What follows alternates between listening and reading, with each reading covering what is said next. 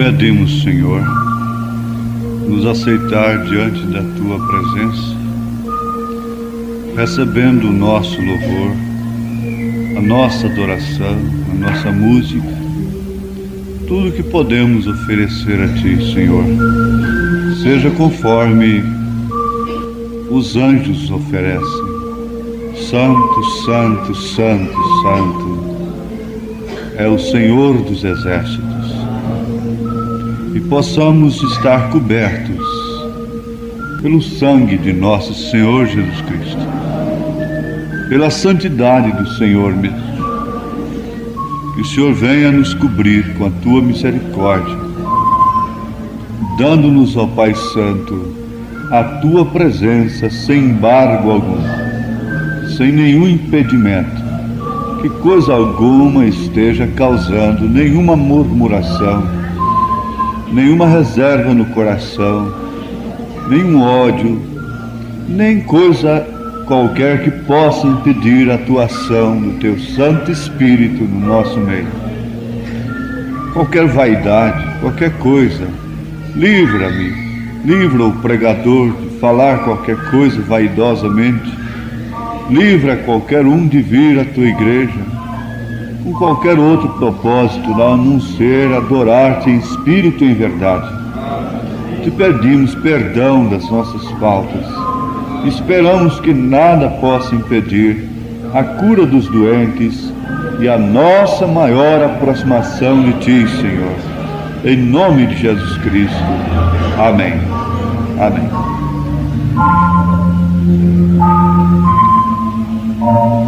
Amém. Tende fé em Deus. Tende fé em Deus, não é? Eu gostaria que todas as pessoas pudessem pôr em seus corações esta recomendação de Jesus Cristo. Porque quando Jesus recomendou assim, tende fé em Deus, logicamente, naturalmente, ele sabia que isto seria a solução de todas as dificuldades, de todos os problemas, em todos os campos da vida. Eu creio que todos estão preparados, prontos em espírito, para entrarem numa perfeita adoração. Saiba que a bênção de muitas pessoas, mesmo a salvação de uma alma, depende muito do seu comportamento, da sua maneira como aproximar de Deus. Então, todos nós vamos dar plena atenção e ajudar em espírito, para que a mensagem não seja simplesmente assim correspondida com gritos de louvores, de amém, mas que ela possa ser vivificada pelo Espírito Santo na vida de cada um de nós. Nós vamos ficar de pé. E o nosso tema nesta noite seria este: tende fé em Deus. Porque em São Marcos capítulo 11, Jesus, depois de falar com os discípulos, responder acerca daquela figueira que foi amaldiçoada, porque Jesus não encontrou nela frutos, e ela secou, foi secada pela palavra falada, porque a palavra falada não só dá vida, como também seca, mata, não é? Ela é a espada de dois gumes. E então, ele diz no verso 22, assim: e Jesus respondendo, disse-lhes: tende fé em Deus, porque em verdade vos digo que qualquer que disser a este monte: ergue-te e lança-te no mar, e não duvidar em seu coração, mas crer que se fará aquilo que diz, tudo o que disser lhe será feito.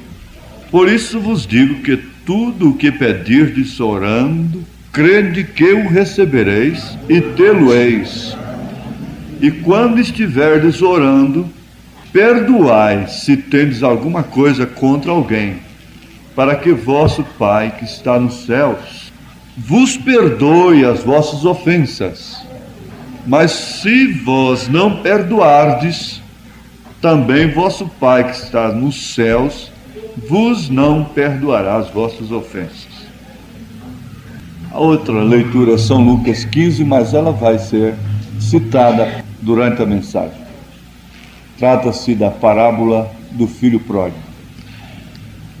Senhor, mais uma vez nós voltamos a inclinar as nossas cabeças diante do Teu trono de graça e simplesmente Te rogamos que todas as pessoas que ouvirem esta mensagem, esta palavra, possam ser abençoadas de acordo com as necessidades que ela tem, que elas têm em suas vidas, sejam materiais, espirituais, físicas. É o nosso pedido para a Tua honra e Tua glória, nós Te suplicamos essas coisas. Amém.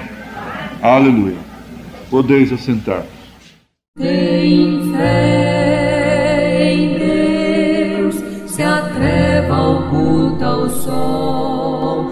Tem fé em Deus, se o dia está a findar.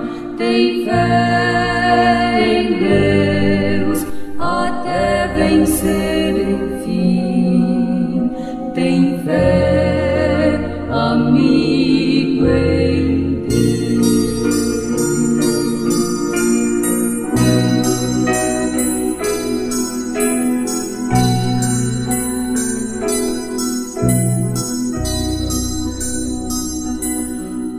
Tem fé em Deus, se o sonho se faz pó.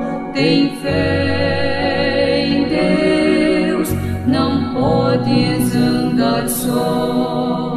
Tem fé em Deus, é bem estar ouvir.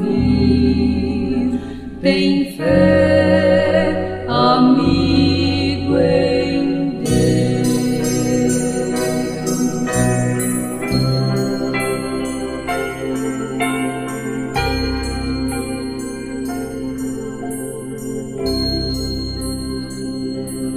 Tem fé em Deus, enquanto acima vais.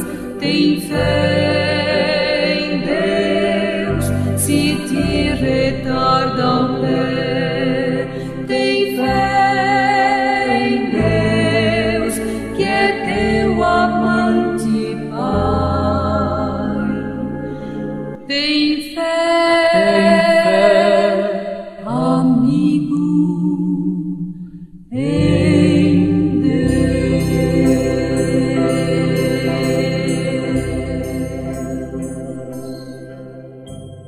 Amém. Aleluia. Eu tomarei duas mensagens do irmão Branham nesta noite. Uma é fé perfeita e a outra é a maior batalha jamais pelejada. E as escrituras são São Marcos capítulo 11, verso 22, como também a parábola do filho pródigo. São Lucas 15, a partir do verso 11, nós encontramos a parábola. Vocês todos devem estar familiarizados com esta parábola, a parábola do filho pródigo. Jesus recomendou fé em Deus, dizendo: tende fé em Deus. E ele falou isto justamente para os seus discípulos.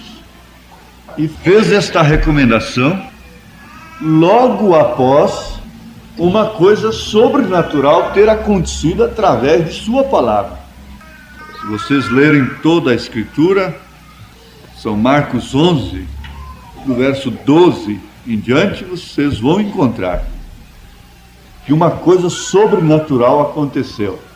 Uma árvore, uma figueira estava ali, cheia de folhas, e estas folhas estavam verdes. A árvore estava verde, portanto, não estava morta, ela estava viva, mas não dava frutos, conforme a sua natureza. De forma que aquilo foi uma coisa muito extraordinária quando Jesus proferiu aquela palavra de maldição sobre aquela árvore. E no outro dia os discípulos passando por ali, como está no versículo 20, eles passando pela manhã, viram que a figueira se tinha secado desde as raízes. Então foi uma coisa sobrenatural, super extraordinária, porque ele teve poder sobre o pecado. Eu estou falando no tempo passado, teve, se referindo ao seu ministério terrestre, pessoal aqui na terra. Ele teve poder sobre a natureza, sobre o pecado, sobre os demônios, sobre as enfermidades.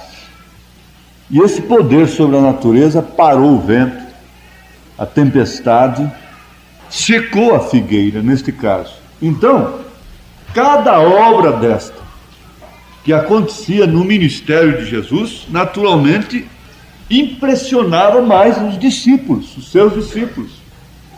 Porque cada dia, cada instante, eles viam uma coisa diferente acontecendo, uma coisa extraordinária acontecendo através do Senhor Jesus, através do mestre deles. Mas Jesus não veio somente para si e realizar um espetáculo aqui como este que acabamos de ler, que está registrado nas Escrituras.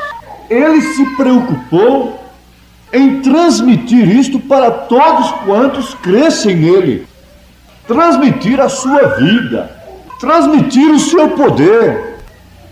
E ele veio preparando esta gente, a quem ele escolheu. E por fim nós encontramos que ele derramou do seu próprio Espírito sobre todos quantos creram e esperaram em Jerusalém.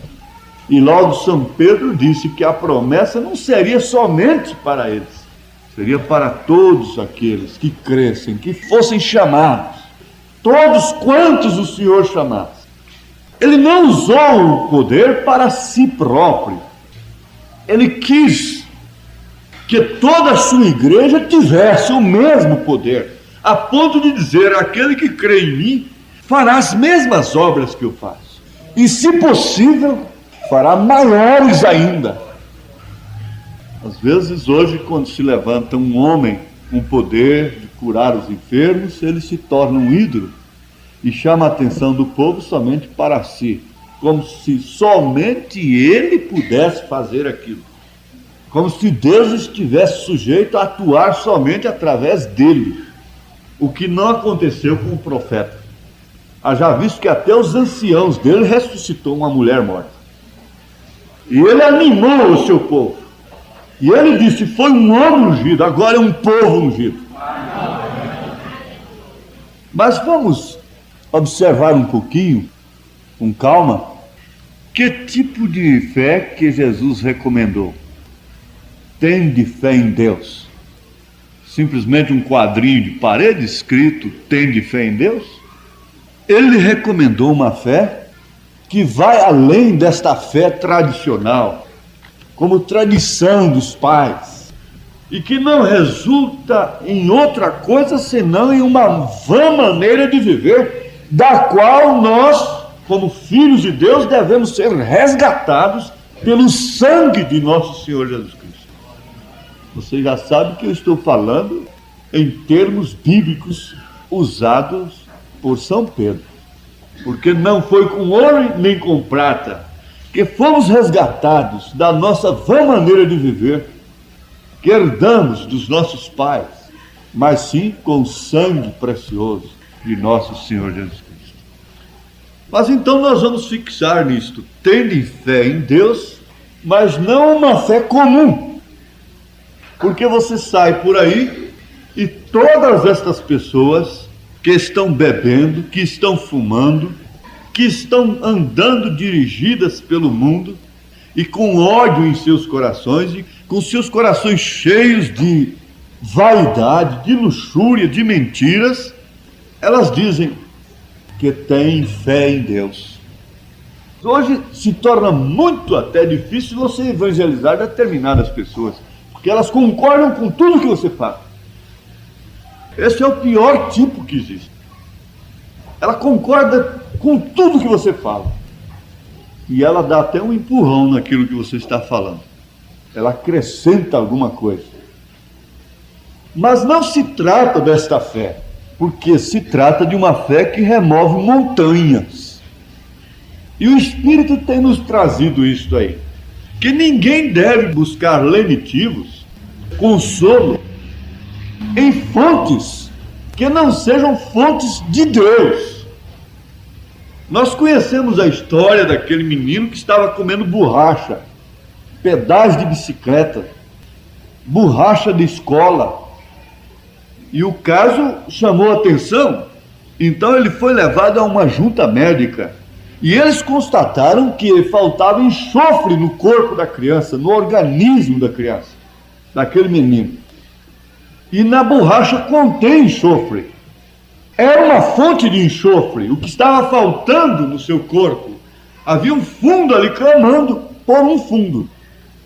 Mas ele estava buscando uma fonte errada. E aquilo, ao invés de causar bem, lhe causaria mal. Aquilo viria lhe causar um terrível mal. E a mocidade, especialmente, se não se entregar à extravagância da carne, à liberdade da carne, essas moças, esses moços acham que estão perdendo a vida, perdendo tempo.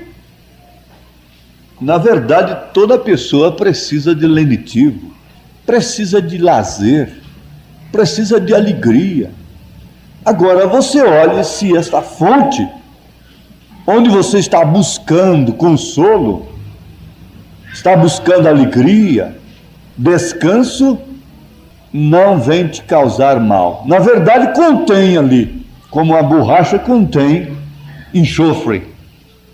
Às vezes contém, de verdade, ali até saúde, porque distrai. Mas vê se aquilo não vem lhe causar um mal espiritual. O homem não fuma à toa, mas esse é um lenitivo que o separa de Deus e rouba a sua saúde. Além de roubar a saúde, ainda o separa de Deus. O homem não bebe à toa, mas isso é uma distração, isso é um vício, isso é um clamor interno, isso é um vazio que está ali dentro e que destrói o seu corpo, a sua saúde, a sua moral e o separa de Deus. E quase todas as diversões do mundo, mesmo sendo lícitas para famílias e mesmo para crentes, elas estão carregando em si mesmas espíritos terríveis. E buscando lenitivo, buscando saúde, buscando prazer, buscando descanso, o homem tem erigido montanhas diante de si. Montanhas que o separam de Deus. E não há coisa pior, não há uma outra expressão para explicar o que é morte, no sentido da palavra. Morte, no sentido da palavra, é separação de Deus. Não há outra coisa que possa explicar esta palavra, morte, a não ser isto, separação de Deus. Isto é que é o real significado da palavra morte. Agora, vocês estão guardando, vamos construindo a coisa assim, como se constrói uma casa, pondo tijolos sobre tijolos. E você verá que muitos problemas, muitas dificuldades, ou seja, muitas montanhas que temos em nossas vidas, foram construídas, erigidas por nós mesmos, buscando uma coisa, às vezes bem intencionadamente. Nós construímos uma separação entre nós e o nosso Deus. Nós colocamos coisas na nossa vida que não permitem Deus nos falar mais.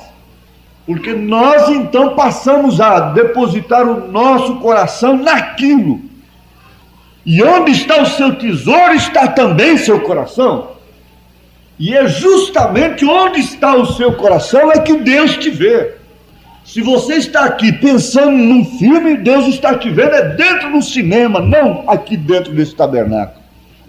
Se você está aqui pensando num jogo de futebol, Deus está te vendo é lá dentro do jogo de futebol. Deus está vendo onde você está aqui, mocinha, nesta hora. Você vê que sempre houve um tipo de fé especial. Jesus disse, nem em Israel encontrei tamanha fé. Você vê que uma mulher foi e tocou nele de uma maneira especial. Quanta gente tocava em Jesus, apertava Jesus. O próprio apóstolo disse, mas Senhor, quanta gente nos aperta. A multidão é grande, agora o Senhor diz, me tocaram. Aquilo foi um toque diferente. Há pessoas que estão dentro da igreja de uma maneira diferente, porque elas estão com as suas almas, suas entranhas, necessitadas de ouvirem, necessitadas de Deus, necessitadas de adoração. Às vezes não estão nem precisando, elas estão abastadas até, tem abundância em casa, tem roupa, tem tudo, tem saúde, mas elas sentem necessidade de adorarem a Deus em espírito e em verdade, e elas se aproximam de Deus de uma maneira que o agrada, porque o Pai procura os tais que assim o adoram. Agora você vê que essa construção nos dá uma perfeita noção do que é ser um cristão, o que é ser um adorador, em espírito e em verdade. E o que é ter uma fé genuína neste Deus genuíno, nesta palavra genuína. Muitas pessoas podem estar no mesmo momento, no mesmo instante, no mesmo lugar, fisicamente. E, no entanto, umas podem estar com seus espíritos vagando, suas mentes vagando, e outras estarem ali em torno real daquilo que está acontecendo. Naquele momento, elas próprias dando o real significado de suas presenças ali. Então eu estou falando do tipo de fé que Jesus disse, porque esse é o tipo de fé que ele falou que remove montanhas. Porque em verdade vos digo que qualquer que disser a este monte, ergue-te e lança-te no mar, e não duvidar em seu coração, mas crê que se fará aquilo que diz, tudo o que disser lhe será feito. Por isso vos digo que tudo que pedirdes orando, crede que o recebereis e tê-lo-eis. Isso combina com o que o salmista diz: deleita-te também no Senhor e Ele te concederá o que deseja o teu coração. Ora, mas Jesus sabia, ele sabia perfeitamente o que ele estava falando. Ele não estava falando uma coisa simplesmente para consolar, como aqueles consoladores que vão dar pêsames. E quando morre um amigo e chega ali consolando a viúva ou viúvo, Jesus não estava assim consolando de uma maneira como dizer, vocês não tenham medo da vida. Jesus sabia o que ele estava falando. Ele sabia perfeitamente o que um cristão genuíno viria a desejar em sua vida, pedir em sua vida. Porque ele viria pedir inspirado pelo próprio Espírito Santo. Amém. Ora, liga isto com deleita-te também no Senhor e Ele te concederá o que deseja o teu coração. Mas o que deseja um coração cheio do Espírito Santo? Amém. O que deseja um coração cheio de Deus, tendo, portanto, esse tipo, essa classe de fé em Deus, que Jesus recomendou? Mas sabe o que aconteceu? É que a igreja saiu da casa do Pai, como este filho pródigo deixou a casa do Pai. Este filho pródigo de São Lucas, capítulo 15, a partir do verso 11, pediu os bens que lhe pertencia. Aquele pai tinha aquele costume, naturalmente reconhecido por Deus, porque ali quando o filho tinha certa idade que era aprovado, então ele logo pegava o que era seu, e se ele se casava, ele logo pegava a sua porção, era separado, entregue para ele, não precisava ficar feito um peregrino aí, como nós conhecemos muitos pais riquíssimos, patrimônios e terras e tudo, e filhos quase que mendigando. Isso quer dizer que é para eles pegarem depois que tudo passar, o tempo passar, e que já ficarem velhos depois que eles forem sepultados. Então eles são herdeiros por causa da lei. Isso é carnal, é terreno. Mas ali os patriarcas, eles tinham filhos, agora filhos no sentido da palavra. Então aqueles filhos não andavam vagabundando, peregrinando. Nós conhecemos uma família aqui no norte que me fez lembrar. 10 filhos, e todos têm suas casinhas na fazenda, e aquela coisa mais linda do mundo. E de manhã todos vão tomar bênção, velho, casal velho, e são abençoados, e chamam o pai de Senhor. Sara chamava o marido de Senhor. Hoje meus filhos chamam ninguém mais de Senhor. E então eles vão ali e tomam bênção, velho pai. De vez em quando eles matam a vaca, e aquilo é uma festa na fazenda. E aqueles filhos todos juntos, unidos. e aquela família mais unida do mundo, e vivendo naqueles princípios. Mas vamos supor que um daqueles filhos dissesse: papai, eu quero minha parte. Foi isso que aquele rapaz fez.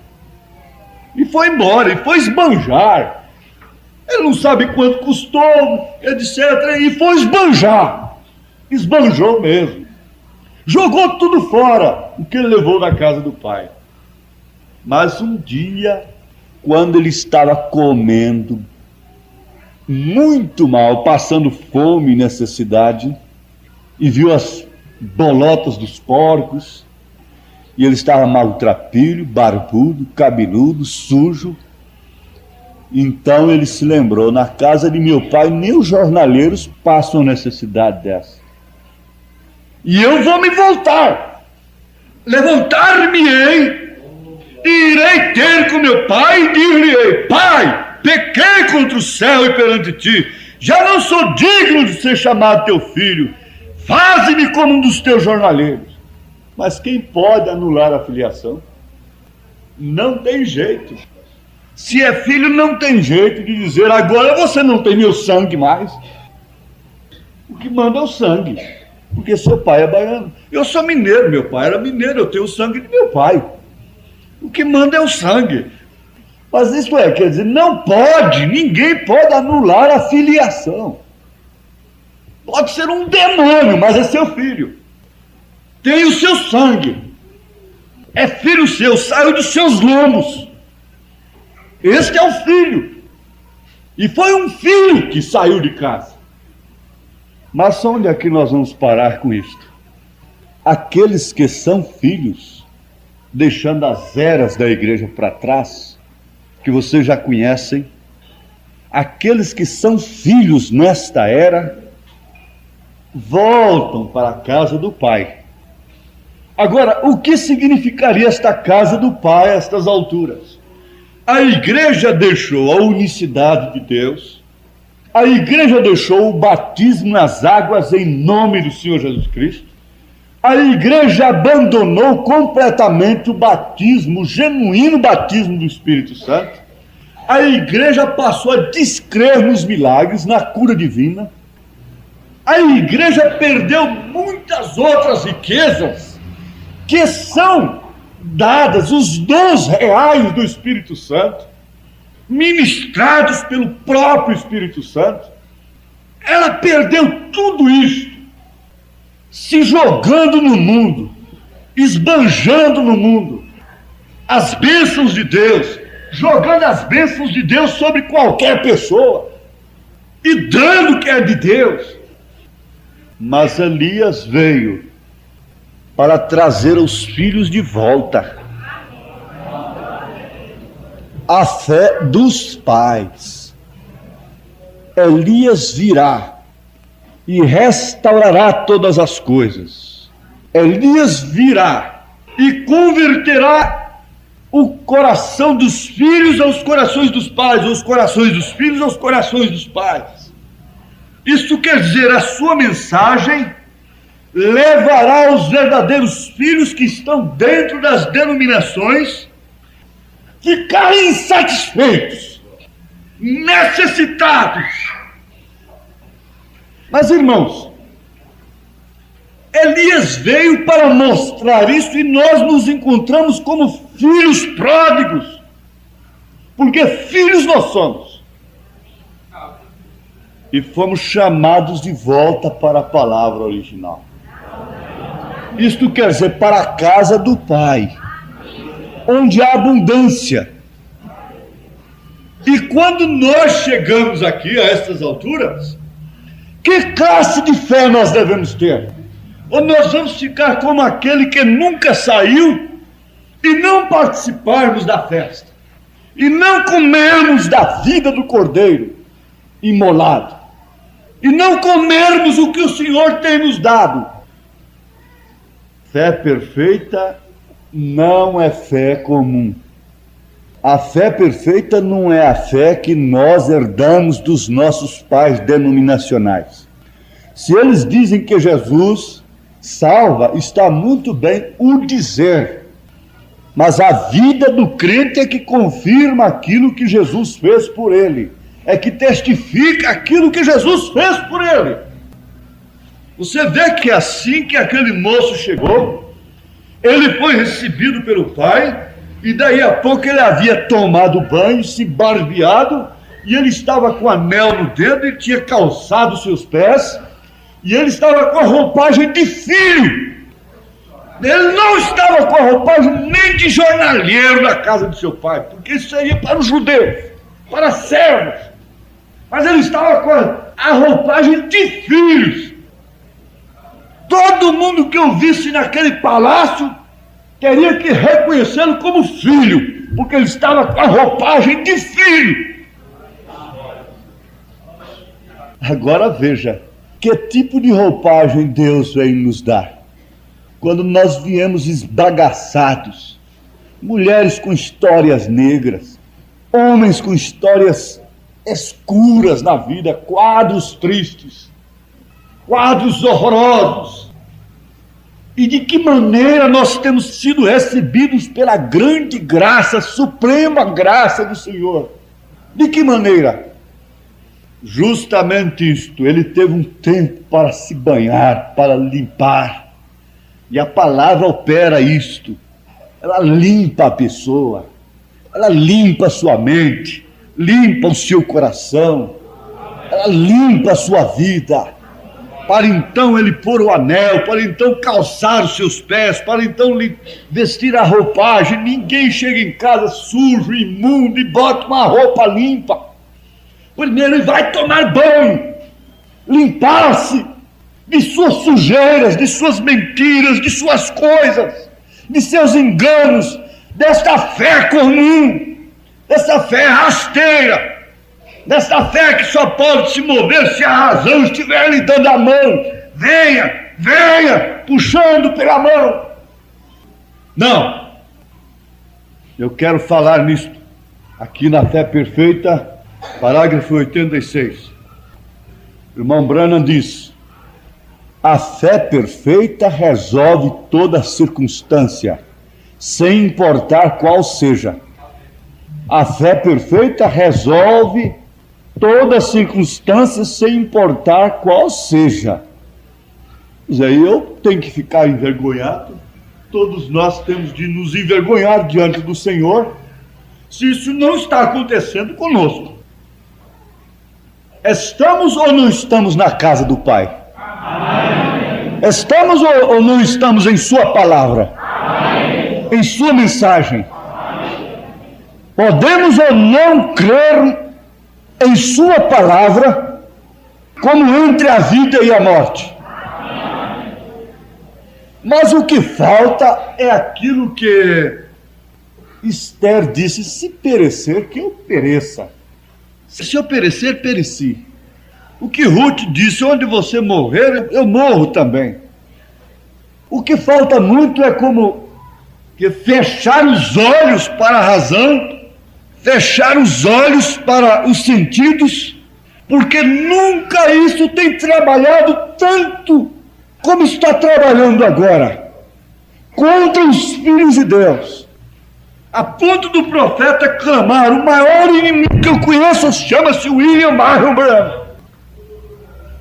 Mas fechar os olhos para toda obra negativa do diabo, toda mensagem negativa de Satanás, e andar passo a passo sob uma fé na palavra de Deus. Amém. Sobre assim diz o Senhor. Qual o enfermo que tem coragem de dizer: eu fui curado pelo Senhor Jesus Cristo? Quando ele foi ferido lá na cruz, ele tomou sobre si as nossas enfermidades. Irmãos, na verdade a ciência, Deus entrou na medicina, mas isso tem exercido um domínio, um capricho sobre o povo. Vamos dar graças a Deus por eles existirem, mas vamos encarar isto aqui pela fé um pouquinho. Eu só quero ajudar as pessoas. Espera um pouquinho.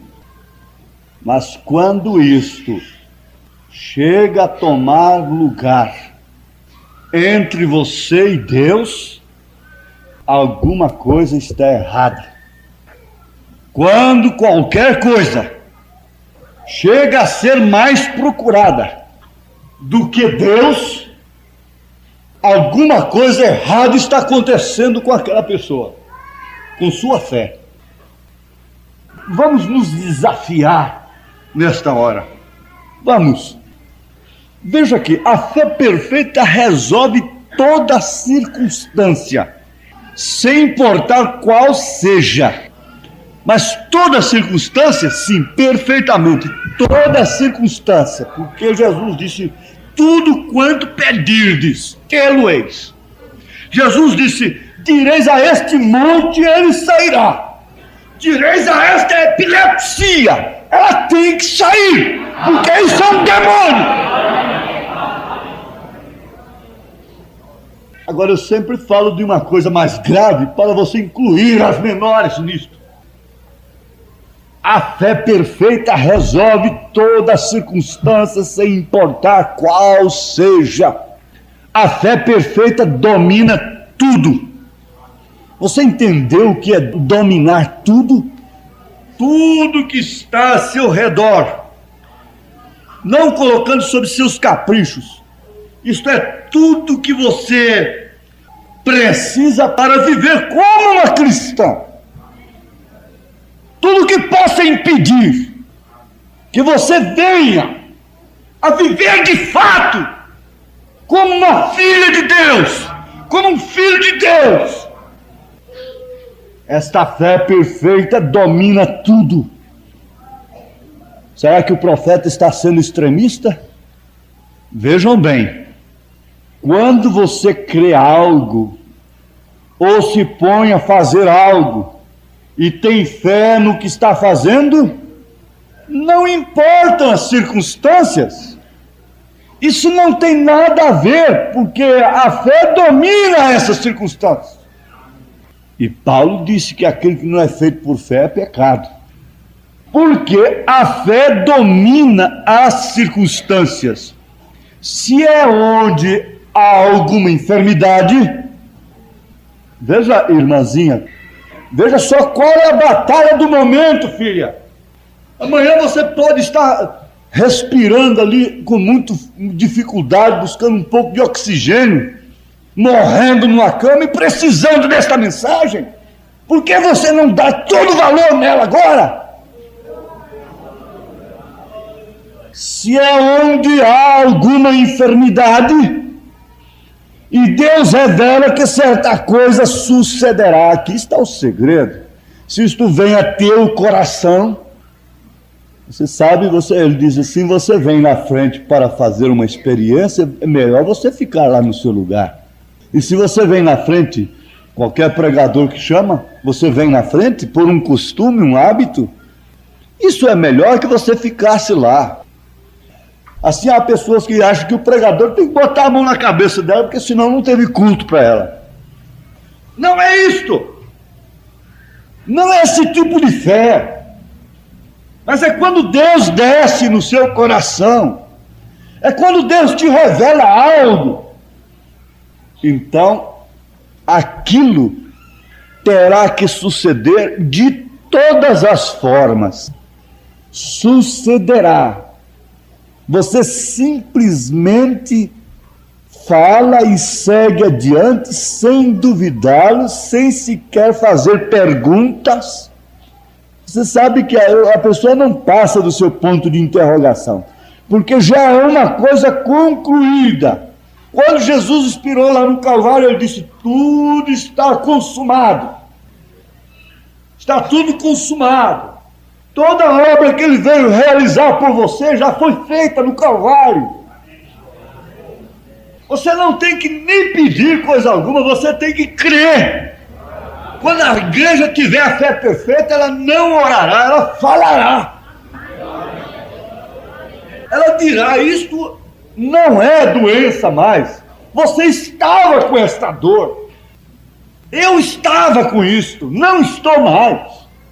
Você estava com aquilo, mas não está mais. Você pode tomar isso para si agora, se Deus desce no seu coração. Então é uma obra consumada. Eu pergunto, irmãos, preste bem atenção. Se Jesus Cristo tivesse aqui em carne, e lá na Praça do Bandeirante tivesse uma placa, Doutor Senhor Jesus Cristo, atenta a hora, se consulta, você iria lá, pagaria a consulta, e iria lá ver que Jesus, o Doutor Jesus Cristo, o Filho de Deus, o Deus encarnado, te diria acerca de sua enfermidade. E ele pusesse assim na receita, lá no diagnóstico: esse mal seu eu encontrei que ele já foi levado sobre mim há quase 2000 anos atrás. Simplesmente tenha fé no que eu estou dizendo. Você vai no consultório do Doutor Jesus Cristo, apanha o seu livro de receitas, a Bíblia Sagrada, e começa em Isaías 53, e toma essas pílulas todas, e chega aqui e diga: tenha fé em Deus, não há nenhum pecado na minha vida, não há nenhum ódio, não há nenhuma contenda, não há nenhuma maledicência, não há desgraça nenhuma escondida na minha vida, porque eu não posso crer na receita do Doutor Jesus Cristo. O profeta diz assim: você vai lá e o médico diz: você está canceroso. Agora, a coisa é forte, é pesada. Isso é a fé perfeita. Paulo disse: é a fé de nosso Senhor Jesus Cristo. É a fé dele próprio em nós. Quer dizer, é um desafio para haver um levantamento. Levantar-me-ei. Chega de capengar. Chega de mendigar a vida. Chega, basta! Se a Bíblia diz que Satanás tem sua cabeça esmagada, o que está movendo é simplesmente como o corpo, como uma cobra, que quando você esmaga a cabeça dela, ela fica com o seu corpo mexendo toda a vida.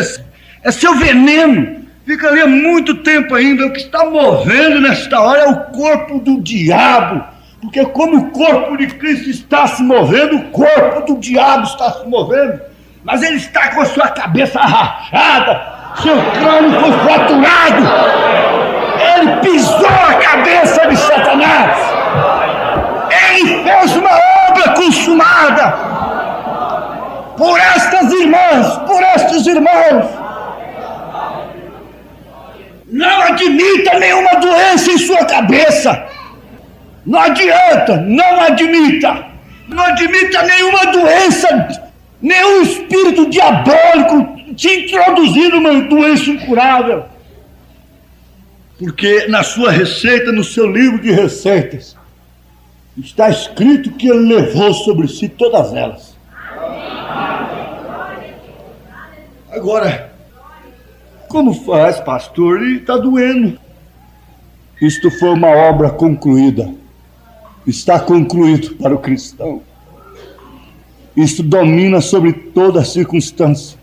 Alguém disse: porém, se você faz isto e aqui, então aquilo vai... você sabe, e a voz está aí na mente. A batalha está na mente, a maior batalha jamais pelejada. E essa batalha está na mente. A vizinha morreu, foi disto. A outra foi parar no hospital, na clínica de repouso. A filhinha do vizinho morreu do mesmo jeito. Começou, foi assim. E o vizinho começou, foi desse jeito. Sua garganta começou assim, irritada, e por fim era um câncer e ele morreu. E agora nós estamos sem nosso pai também. Ele vai morrer também. Então você está dizendo tudo de amém para Satanás. Porque o nome do câncer não é outro, senão o diabo. A ciência botou esse apelido nele. Mas vamos aqui. A fé crê que Deus operará tudo. Se você vai na medicina sob orientação de Deus, fique sabendo, Deus te dirige, Deus usa naturalmente esse meio também. Mas quando você faz por fé, sob orientação, sob uma indicação de Deus, você faz aquilo, então aquilo terá o fim do assunto. Aquilo terá que operar. Porque se não opera, o que faz? Por que não há uma medicina preventiva? Por que você não vê um consultório, um hospital de medicina preventiva, só vê de curativa? Por que esse médico não põe o cliente, o paciente dentro do consultório e explica para ele o que essas coisas estão causando para a humanidade? Esses alimentos dessa natureza, esses refrigerantes estão causando. Por que eles não chamam e orientam?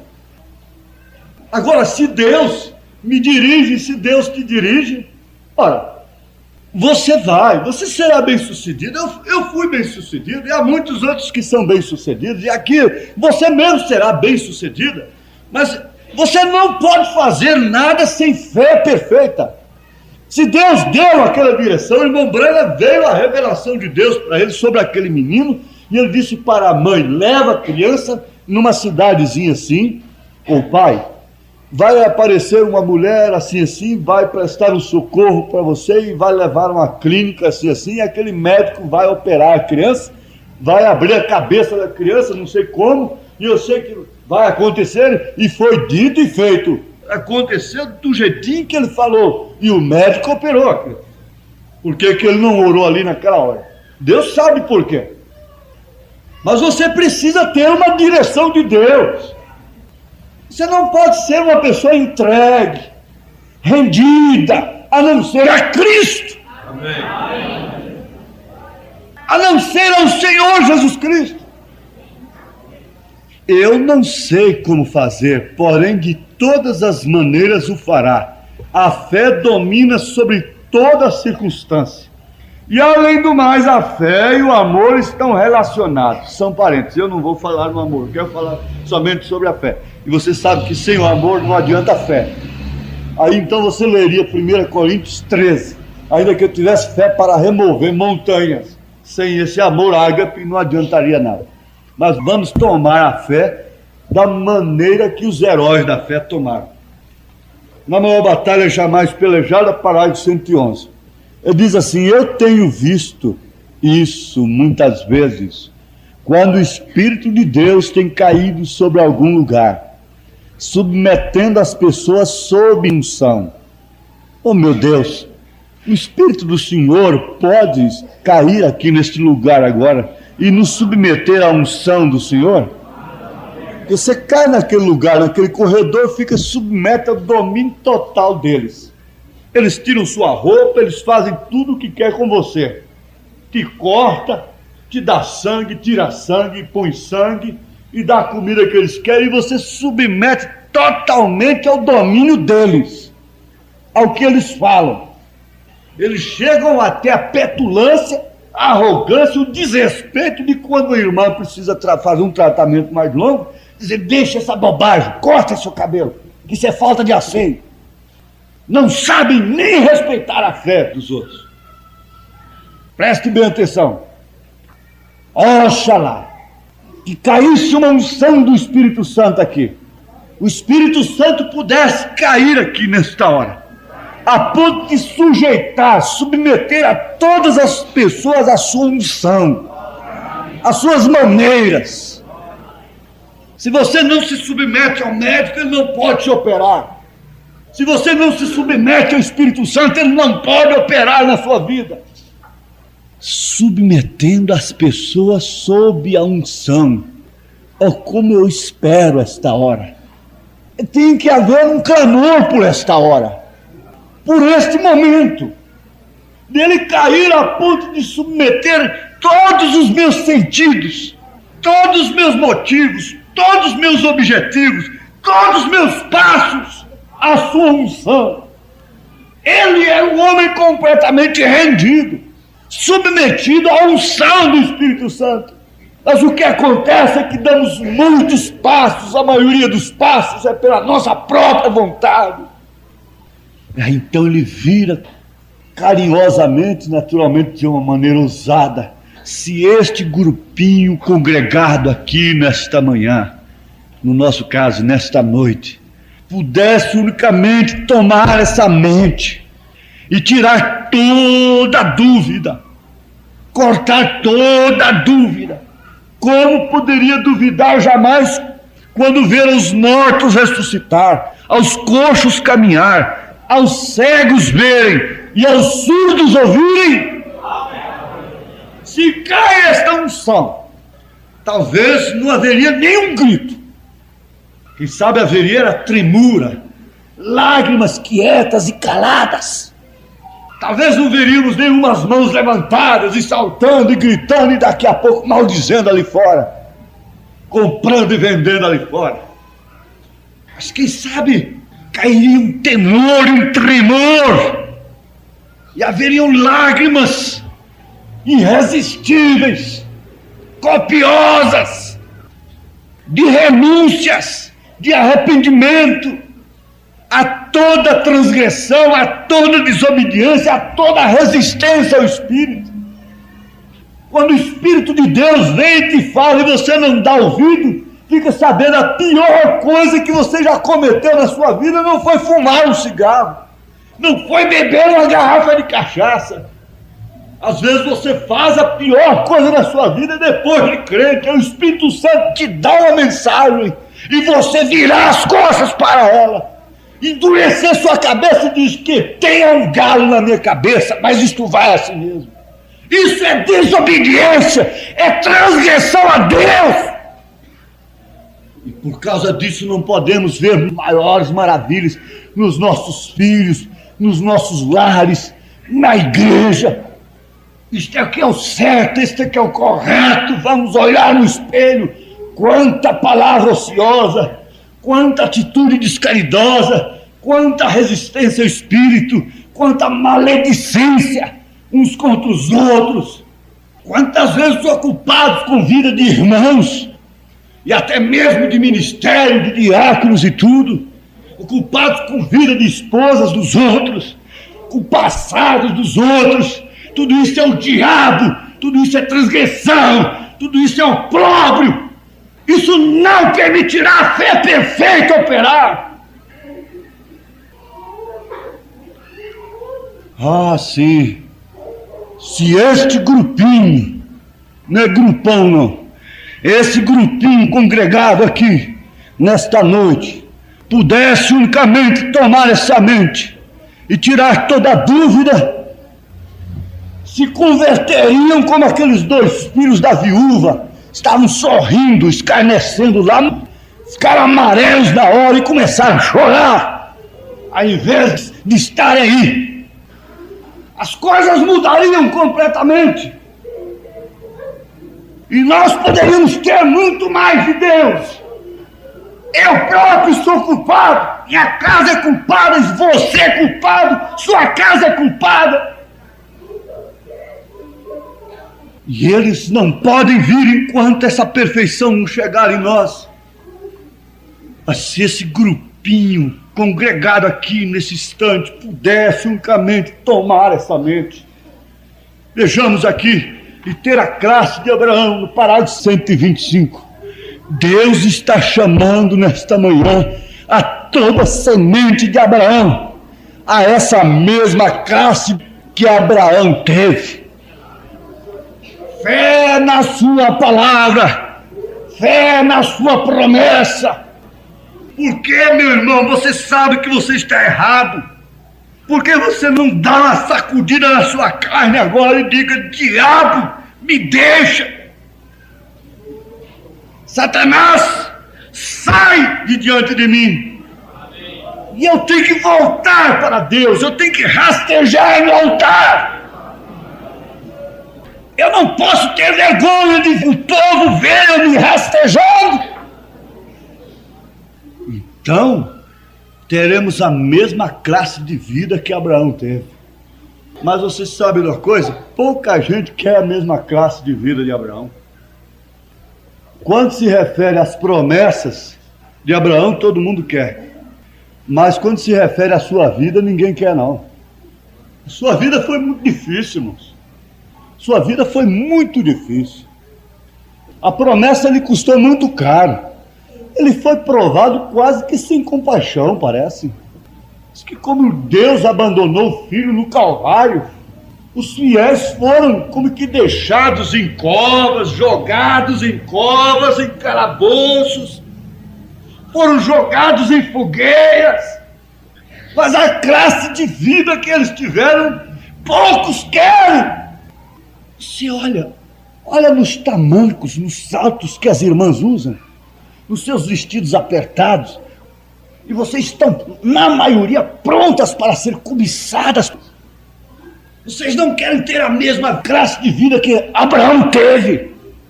Vocês querem sempre ficar novinhas, homens velhos. É a mesma classe de vida que Abraão teve? Vamos um pouquinho adiante. Se é a mesma classe de vida, é a mesma classe de fé. E se é a mesma classe de fé, então trará os mesmos resultados. E o profeta disse: como ele foi transformado, nós também seremos. Nós seremos renovados, transformados. Voltaremos para uma idade de mais ou menos 22 anos ainda aqui. E iremos ao outro lado da terra somente através de um pensamento. Não dependeremos de automóvel, de um ter um carro e outro não ter. Um tem que andar de bicicleta e outro de automóvel, outro de avião. Nada disso. Então não haverá nenhum necessitado. Não haverá diáconos para distribuir mantimentos. Tudo isso cessará. Porque a mesma classe de fé trará a mesma classe de vida. A mesma classe de vida traz a mesma classe de fé. E a mesma classe de fé traz os mesmos resultados, os mesmos acontecimentos. Você quer ver uma coisa? Segure no banco. Mantenha-se firme. A mesma classe de vida sodomita trará para este mundo o mesmo resultado que Sodoma teve. Isso desceu? Isso entrou no seu ouvido e saiu no outro ou desceu no coração? A mesma classe de vida que as mulheres e os homens tiveram em Sodoma, o mundo chamado cristão de hoje está tendo. Mas o mesmo juízo que aquilo chamou sobre Sodoma virá sobre essa terra agora. É o mesmo resultado, porque elas têm a mesma classe de vida, a mesma classe de fé. Espírito sodomita, entregues às paixões infames. Mas a mesma consequência que veio sobre Sodoma, a mesma classe de resultado virá sobre esta. O diabo restaurou a fé sodomita. O diabo restaurou a fé antediluviana. O diabo enviou seus mensageiros. Seu anjo foi enviado. E as mulheres creram em sua mensagem e foram batizadas em sua mensagem. Estão cheias do espírito sodomita. Estão cheios do espírito sodomita. A terra está cheia de iniquidade. O juízo virá sobre a terra. O juízo de Sodoma e de Gomorra, porque ela está tendo a mesma classe de vida. Mas por outro lado, a pequena noiva do Senhor Jesus Cristo tem a mesma classe de vida de Abraão, a mesma classe de vida dos apóstolos. Estou falando assim, mas tem muita coisa para acontecer para chegar ali. Ela tem, mas isso tem que explodir. De uma forma ou de outra terá que acontecer. Terá que vir. Tem que vir a mesma classe de vida.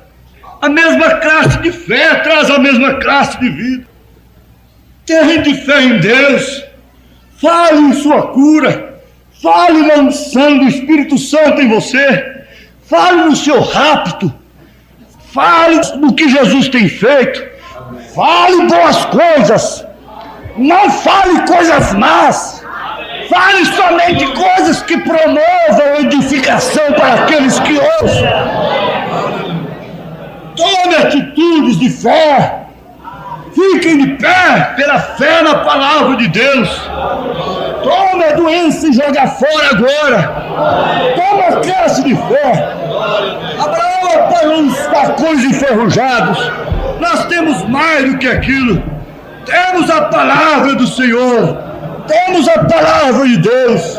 Temos a palavra do Senhor Jesus Cristo, que é o mesmo ontem, hoje, eternamente.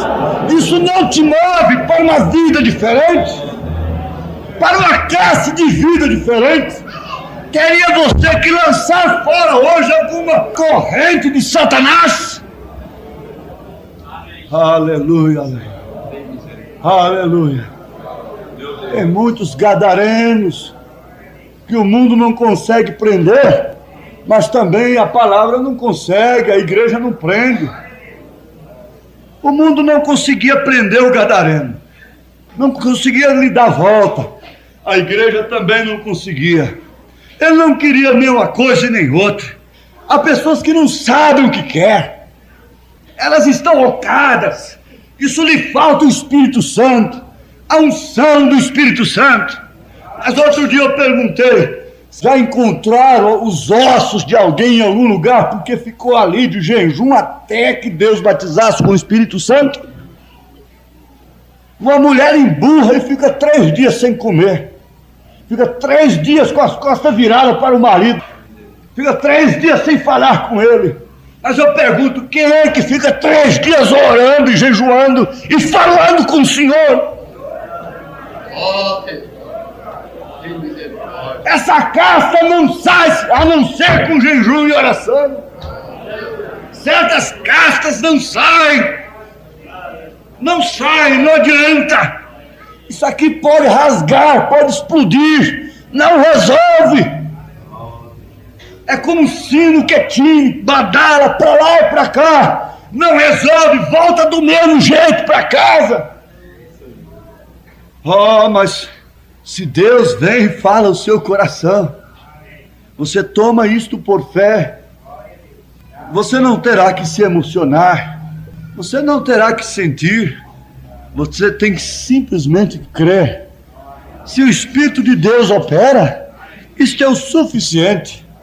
Então, ponha sua mão um sobre o outro e ora com toda a sua fé que você tem, com toda a fé no seu coração.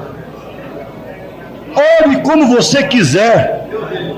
Ore agora por esta pessoa sobre a qual você tem sua mão, a outra orando por você. Não fique sem orar por alguém.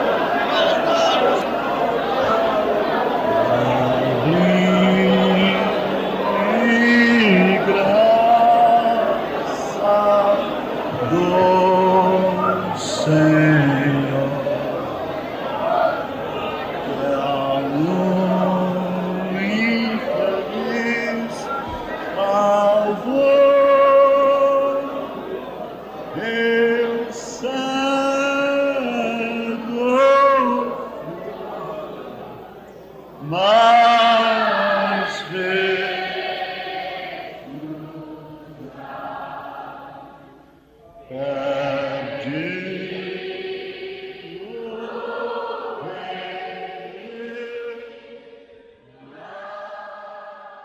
Aleluia.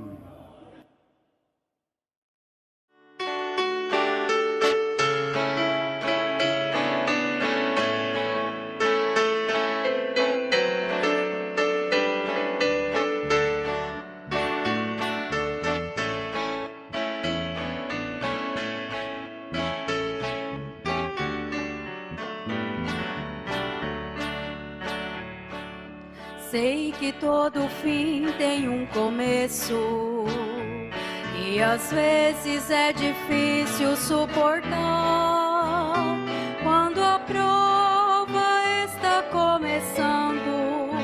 Meu irmão, dá vontade de chorar. Quando isso acontece, uso o joelho. Em oração vou falar com Jeová. Para Deus não é impossível. Conto pra Ele, porque pode resolver. Se a luta está difícil, vou dobrando os meus joelhos. Quando me sinto cansado, vou buscá-lo primeiro. Quero ver quem é maior do que esse que eu falo. Quero ver quem vence mais do que esse que eu conheço. Ele não manda ofício, ele vem pessoalmente.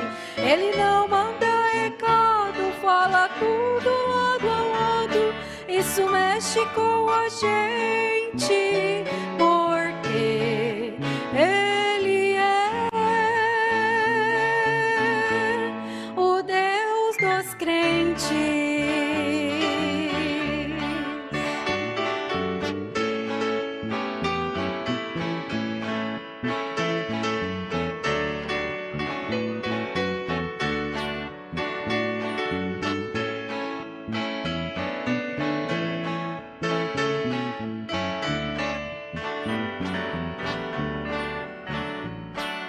Sei que todo fim tem um começo e às vezes é difícil suportar quando a prova está começando. Meu irmão, dá vontade de chorar. Quando isto acontece, uso o joelho. Em oração vou falar com Jeová. Para Deus não há impossível. Conto pra Ele, porque pode resolver. Se a luta está difícil, vou dobrando os meus joelhos. Quando me sinto cansado, vou buscá-lo primeiro. Quero ver quem é maior do que esse que eu falo. Quero ver quem vence mais do que esse que eu conheço. Ele não manda ofício, ele vem pessoalmente. Ele não manda recado, fala tudo lado a lado. Isso mexe com a gente.